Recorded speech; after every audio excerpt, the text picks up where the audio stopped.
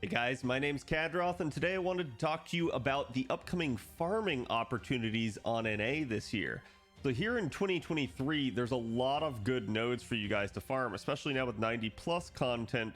A buddy of mine, Sinohan, actually made a really nice sort of compository list here of all of the good nodes that you guys have out there to farm. Again, I get asked this question all the time on stream throughout the year. Hey, Cad, when's the next time I can farm X or Y? Again, we also have the event math spreadsheet that'll detail you what materials you're going to get out of event shop as you move through the year. But naturally, there's some good nodes that you guys will be sitting on from time to time that will actually drop things for you. Now, I'm not going to promise you that every single one of these drop rates is going to be good, but I will talk about the ones where, again, I think it's a pretty lucrative time for you to farm.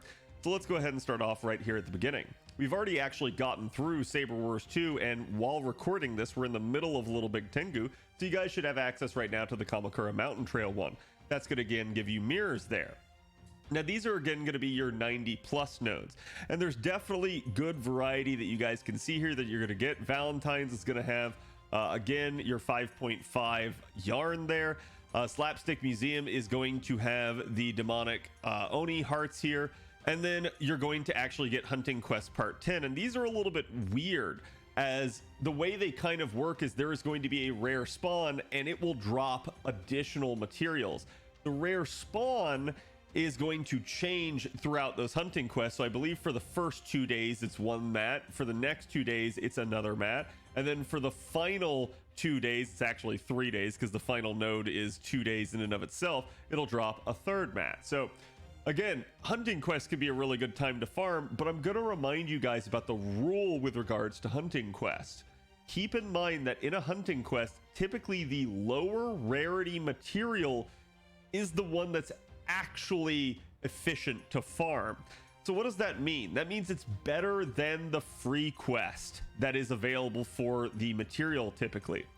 The reason that's important to understand is if you take the first one up here on day one, you've got feathers, which are a silver mat, and you've got proof of the heroes, which are a bronze mat. Proof of the heroes are the lesser rarity, so they're probably the one that's actually efficient to farm. If you're just farming that for feathers, it's probably not worth it. But sometimes you'll get some weird results. Again, you guys can see for the next one, you've got feathers and pages. So that's going to be another one that's going to be really interesting. But that is typically the rule of thumb. So again, the one that I think a lot of people are going to pay attention to is actually going to be the one down here on day 6 and 7. It's one of the ones I've even said that I'm going to be farming because it's got meteor shards and magatamas. Here's the deal with this. The meteor shards will probably not be better than the free quest to farm. The magatamas will be. So the way to understand this is, as you guys go through this, if you need to farm magatamas and meteor shards, this is a good farm for you. If you need to farm just magatamas, this is still a good farm for you. But if you need to farm only meteor shards and not magatamas, this isn't that lucrative for you. So it's up to you. I should also mention that magatamas will be in a lotto later, so that is a thing, and you may just decide, hey, I don't actually need that many right now, I've got a good supply. So don't feel like you have to farm these nodes. Just typically understand that that rule of the lesser rarity material that is the common drop is probably what's actually more beneficial to farm. Again, as we move through here, you guys can see the 90 plus nodes for Grail Live. You've got multiple here. They've all got good, decent rewards. And again, even another shot for meteor shards.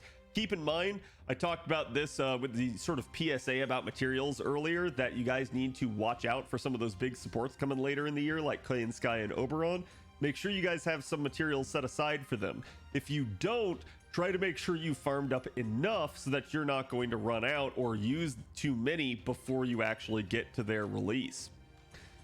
Then you get the summer 2022 rerun here. This is going to be summer 5. This could be right before probably Lost Belt 6, but it just depends on how they schedule things. Again, you guys are going to get the silver crowns here, and then really the Smiling Hotel at night is probably not that worth it unless you're just really desperate for Lanugos or chains. But I would still say the daytime one is probably going to be the better option there for you to farm. Grand Nero Fest. This is definitely going to be a great time for you guys to farm. Not only is it going to be one of the most lucrative lottos we've ever had on NA, because it's going to have 5 different materials in the boxes instead of 4. And yes, I know technically in the past the lottos have had tickets within the box that gave you 1 each, but this will actually have a 5th whole material in it, so that's going to be really, really nice. Even disregarding that, you guys will probably spend a lot of time on the nodes themselves, so this is a very easy kill 2 birds with 1 stone mentality. If you look at each of these nodes, if you look at the classes that you're going to have there, and you determine that one of those might be very difficult for you to farm, then you definitely don't have to go crazy. Again, these are just the 90 plus drops, so it's not including 90 here for your consideration. But still, I'm going to tell you that, yeah, you'll probably be spending a lot of time on these nodes, and as you guys can see, there's some really, really nice ones like Magatama's again. I know for a fact that it's actually pretty hard to get dragon reverse scales nowadays. They were given out a lot at the start of the game because they were one of only a handful of gold mats that were available, but nowadays it's really hard to actually get them in any quantity, so you end up playing catch up if you're a newer player on this. Similarly, you've got mirrors coming back again, and then ice, and ice is actually really spiked for those of you looking at appends. Again, I know some people are not wanting to work on appends just yet because you don't like the way the coin situation is. Just keep in mind the devs have said that they know about the coin situation and they are going to fix it. We just don't know when, we just don't know how. So this would be a lucrative thing to look at. If you have actually plotted out your appends, you'll notice you need a lot of ice probably, and that's just because they really spiked that material in the append costs.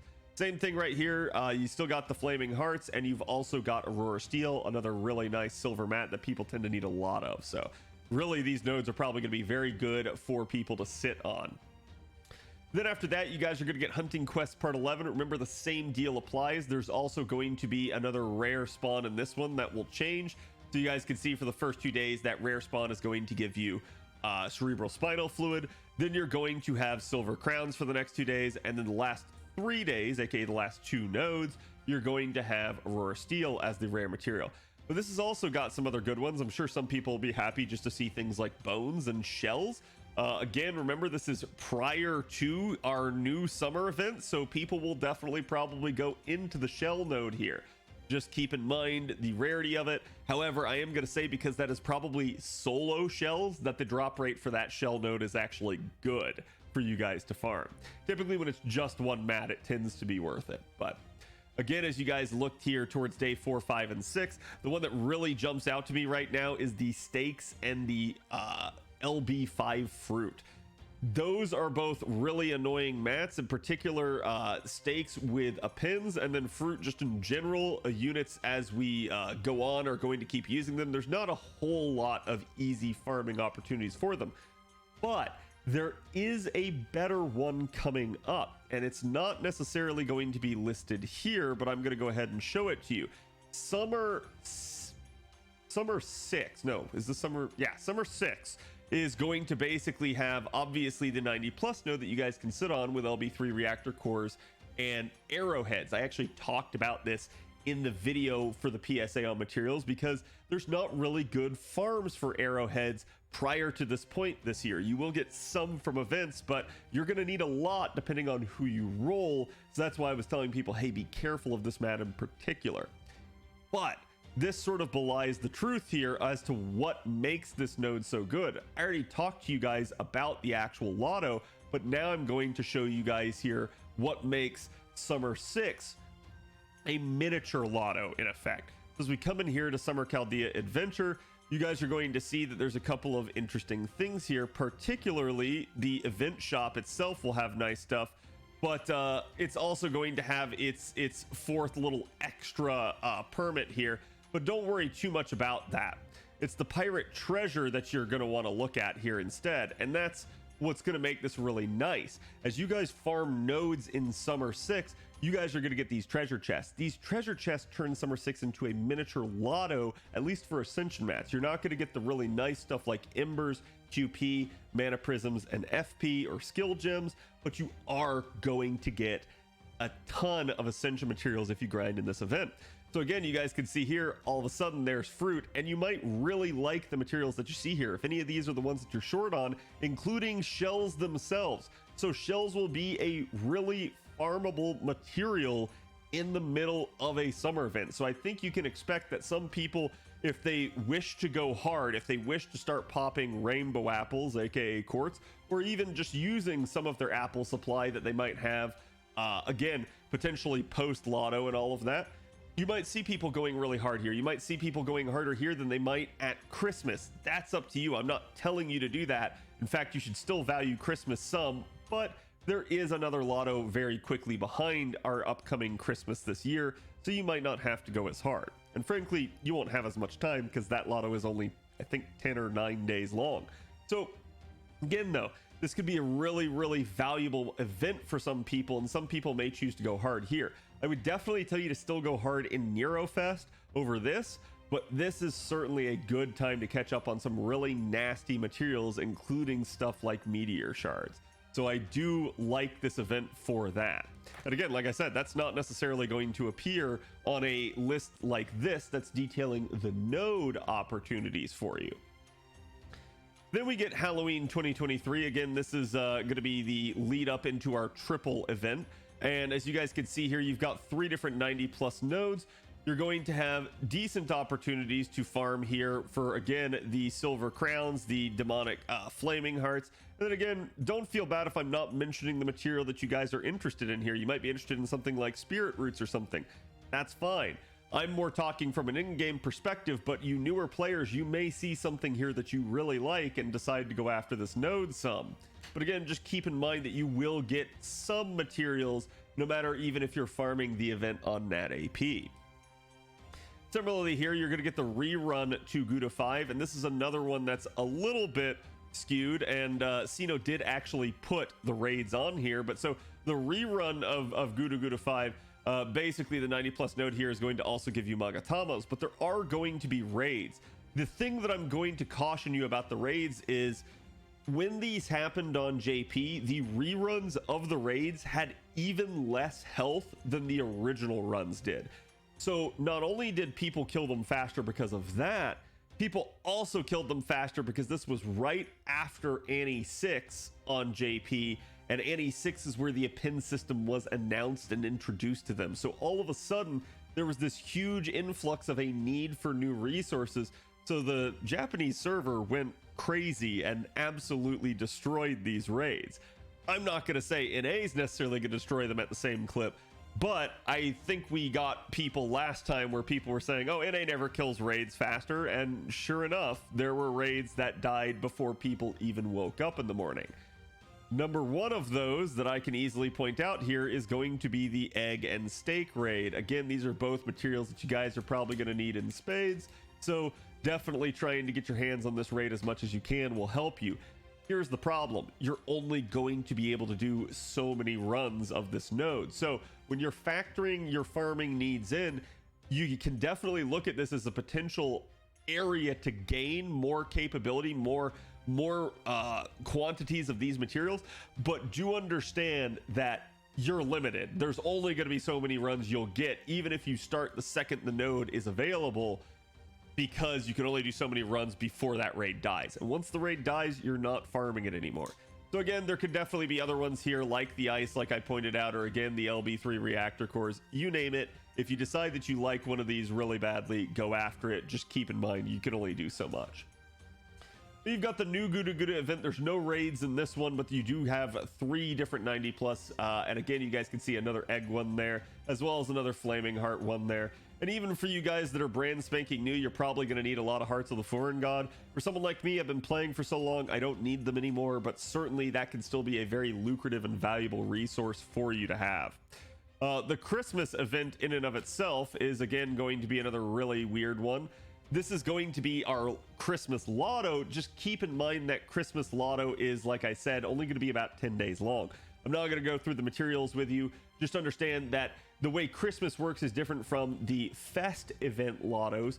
The Fest event Lottos have 3 different 90 plus nodes, and the 90 plus node for the first round is available day 1. In Christmas, typically what happens is you don't actually have the 90 plus node available until later. We did actually see that trend get bucked this year on JP, but it technically wasn't a Christmas Lotto. So it is what it is, but I'm just going to say you're not going to have very long to farm this node, but this will be the highest efficiency node for you to farm. And you guys can see it'll give silver crowns as well as the demonic flaming hearts. Then we get to the Tunguska raids, and I have to give you guys another PSA on these. While yes, there is a lot of potential capability here for what you can farm, the problem is I want you guys to take all of these initial raids and assume that it's the same thing as the Gouda 5 rerun raids. You will only get so long to farm these. When these raids came out on JP, they were actually time-locked raids. They were only available for, I believe, the last 6 hours of the day. But knowing JP, they weren't even available that long, and JP pretty much killed them all and repelled them faster than the 6-hour allotment that they were being given. So instead, they only were up for about anywhere from, I don't know, about 2 to 4 hours, just depending. So really, I would strongly caution you against working this into your plans too much. You're not going to get too much farming capability out of this. Just keep that in mind and you should be good. But again, any farming that you do get, treat it as a bonus. You might be like, oh man, I'm still low on meteor shards, so any farming you get on that one's going to help you out. But just keep in mind, these are very fast raids. They're going to be gone very quickly. But now I get to talk about the final raid of Tunguska. This raid lasted, I believe, 3 days in total. It did not run out early. It was designed not to. It's very funny because I had people telling me that JP just didn't know how to design raids, and I kept telling people, no, they did. They were just making them short on purpose to choke resource availability. And sure enough, here came the final raid that actually was hard-coded to be there for all 3 days. And you guys can see it has very good materials, especially the LB6 fairy scales and bells. I'm going to tell you guys right now, that is going to be one of the better reasons to farm this raid. So I would definitely try to capitalize on this one. It's a very weird raid. I'm not going to spoil you on it. I'm just going to say that you're going to want an AoE unit that will be able to 3-turn the raid. So as far as raids go, you guys are used to one-shotting them. You can definitely look up who you want. I'm going to strongly advise you guys to either get a bonus unit for Tunguska or a demonic beast unit, of which there are several options, but I'm not going to otherwise spoil anything else. But again, Tunguska can definitely be another lucrative event, and that's going to happen right before the end of the year, even into New Year. So again, I hope you guys found something here that's useful to you. This should be a little bit of a quick list, so to speak, and I will make it available in the video below for you guys to check out. It's also going to be available on Discord, thanks to Sino for making it. And again, I hope you guys enjoyed. I'll see you guys for the next video. Have a good one.